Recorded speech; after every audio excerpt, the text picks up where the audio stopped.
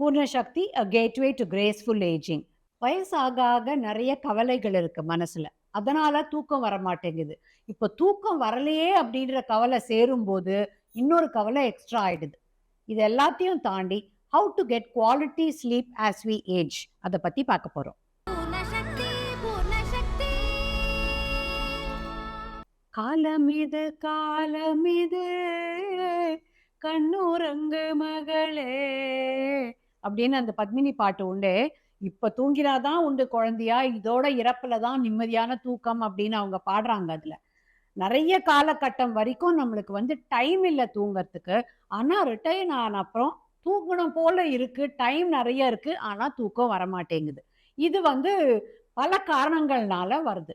இப்ப இந்த quality of ஸ்லீப்பை எப்படி இம்ப்ரூவ் பண்ணலாம் அப்படின்றத பத்தி நான் நிறைய ரிலையபிள் சோர்சஸ்ல படிச்சதையும் பார்த்ததையும் இங்க உங்களுக்காக ஷேர் பண்ண போறேன். இது உங்களுக்கு ஹெல்ப் பண்ணோன்னு நம்புறேன். இப்போ பொதுவா வயசாகும் போது 5 to 8 hours ஆஃப் ஸ்லீப் தேவை அப்படின்னு சொல்றாங்க. ஆனா இது பர்சன் டு பர்சன் மாறுபடும், எல்லாருக்கும் ஒரே மாதிரி இருக்காது.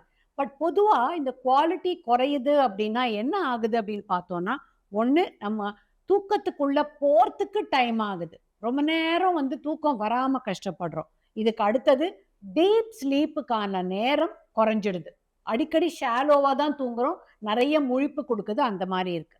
மூணாவது, எங்கேயோ நடுராத்திரியில ஒரு தடவை எழுந்துட்டோம்னா அதுக்கப்புறம் திருப்பியும் தூக்கத்துக்குள்ள போறதுன்றது ஒரு பெரிய ஸ்ட்ரகிளா இருக்கு. வயசாக ஆக இரவுல நல்லா தூங்கறதுக்கான 10 டிப்ஸ். பகல்ல 30 நிமிஷத்துக்கு மேல தூங்கறத தவிர்த்திடலாம். அதுவும் குறிப்பா 3 மணிக்கு மத்தியானம் அதுக்கு அப்புறமா நித்ரா தேவி வரான்னா அவங்கள மறக்கிற மாதிரி வேற எதையாவது பிஸியா நாம செய்ய பழகிக்கலாம். ஏன்னா இரவு தூக்கம் ரொம்ப முக்கியம் இல்லையா? அதோட மதியத்துக்கு மேல இந்த பேஷ் பேஷ் அந்த காஃபி இருக்கே, அதையும் தவிர்க்கிறது நல்லது.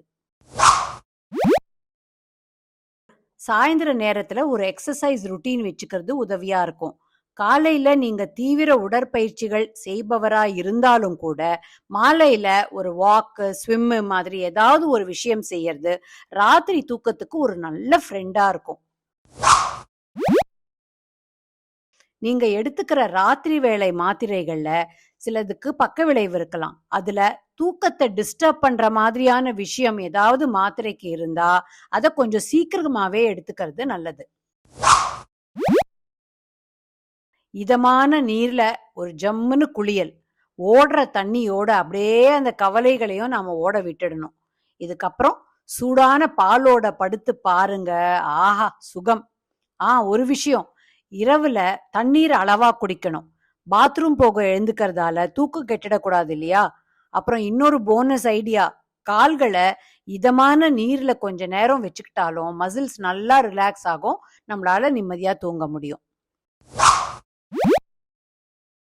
முடிஞ்ச வரையில ராத்திரி ஒரு குறிப்பிட்ட நேரத்துல தூங்கி காலையில ஒரு குறிப்பிட்ட நேரத்துல எழுந்தா நம்ம சிஸ்டம் நாளடைவுல அந்த ரிதம புரிஞ்சுக்கும். ஓ, இது தூங்குற நேரமாச்சே, ஆஹா இப்ப நாம எழுந்துக்கணுமே அப்படின்னு எல்லாம் அது புரிஞ்சுக்கும். பகல் நேரத்துல டிவி, மொபைல் இந்த ரெண்டையும் படுக்கை அறையில உபயோகப்படுத்தாம வேற இடத்துல செஞ்சீங்கன்னா இரவு படுக்க வரும்போது நம்ம மனசு தானா, ஓ இது மனசு உடம்போ இளைப்பாடுற இடம், இங்க நாம ரிலாக்ஸ் பண்ணணும் அப்படின்னு புரிஞ்சுக்கும். என்னன்னா மனசு குரங்குதான், ஆனா அதை கொஞ்சம் ட்ரெயின் பண்ணோம்னா அது நிச்சயம் நம்மளோட ஒத்துழைக்கும். ராத்திரி படுத்து அரை மணி நேரம் வரைக்கும் தூக்கம் வரலன்னா அங்கேயே தவிக்கிறத விட எழுந்து ஒரு ரிலாக்ஸ்டு நடை அல்லது நல்ல இசை கேட்டுட்டு அசதி ஆகும் போது மறுபடியும் படுத்துக்கலாம். லைட் டின்னர் தூங்கறதுக்கு 2 அல்லது 3 மணி நேரத்துக்கு முன்னால சாப்பிட பழகலாம். டைஜஷன் அது பாட்டுக்கு அப்ப தன் வேலையை செய்யும், நீங்க தூங்க முடியும்.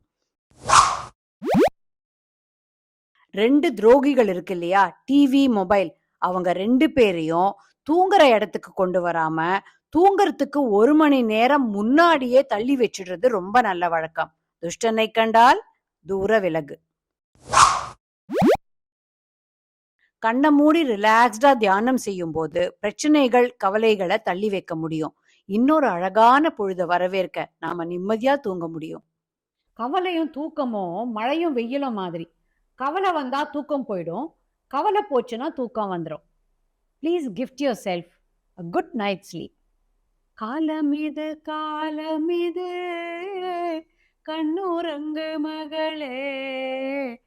கட்டாயமா நிறைய பேர் கூட ஷேர் பண்ணுங்க. அண்ட் சப்ஸ்கிரைப் பண்ணுங்க. அப்பதான் பூர்ண சக்தி வீடியோஸை மிஸ் பண்ணாம பார்க்க முடியும்.